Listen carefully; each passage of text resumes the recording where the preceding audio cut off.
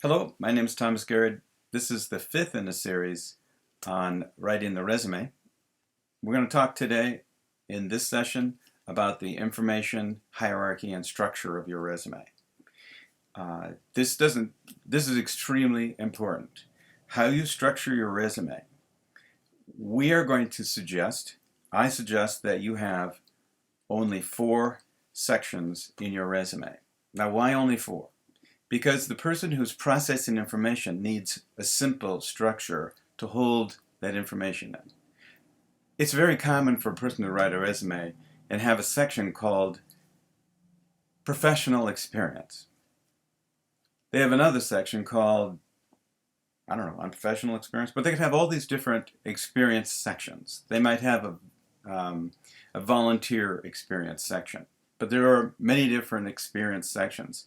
When you do this, you are complicating your resume and the information people are trying to process. So simply one section on experience.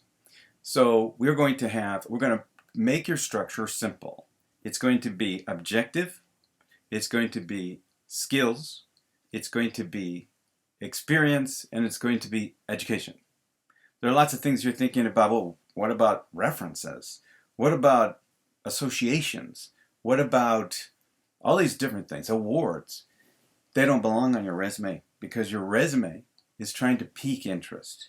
You are trying to give them enough information. There are lots of places you can talk about associations and awards. Now, awards, where they're really relevant, should go into your experience because an award is related to experience. So we wouldn't want to have another section on awards where they have to figure out how to match that to your experience. They already have to match your skills to your experience. We'll talk more about that. But keep your resume hierarchy simple and give the information in the order of its importance to your reader. We talked about our audience and who they are and what their burning questions are. Remember, the first question was, does this person want this job? So we are going to put our objective at the top, and in the objective we're going to say the first words are objective, title of the job you're seeking. And when you do that, you say, I want this job. You're answering that question, and you're taking that burning question away so they can now focus on the rest. But they still have another burning question, and that is, okay, so he wants this job. Why should I consider him a credible candidate?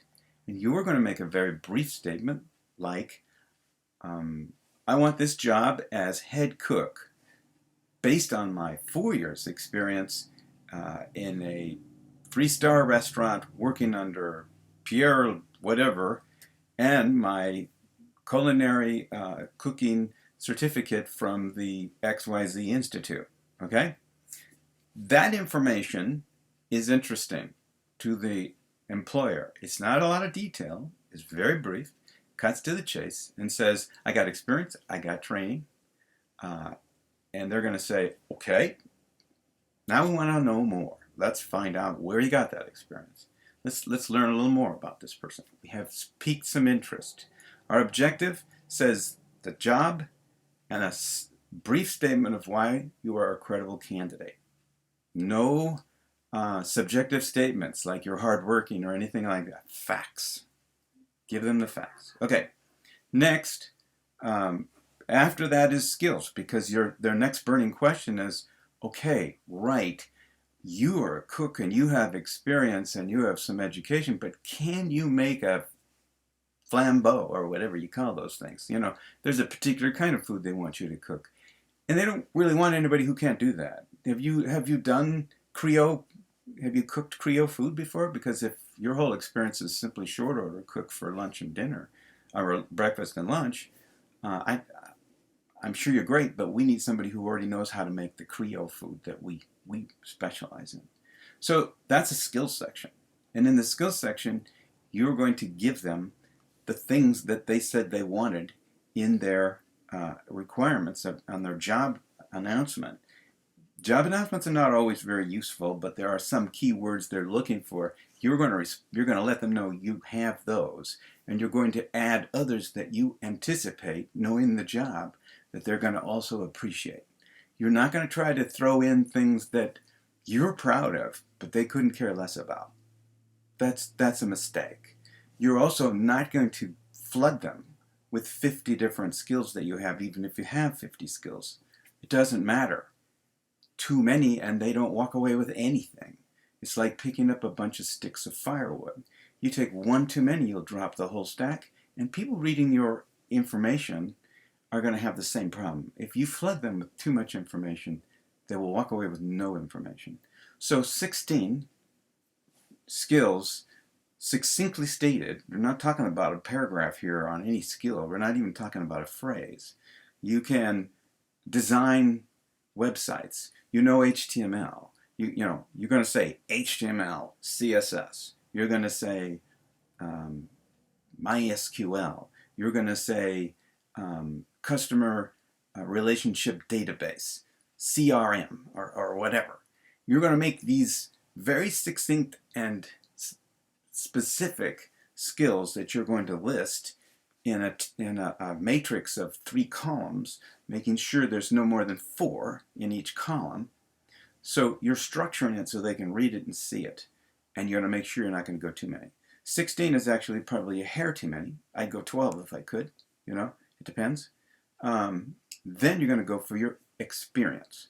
And in your experience, you're going to talk about your jobs and the work that you've done, and you're going to refer back to your skills.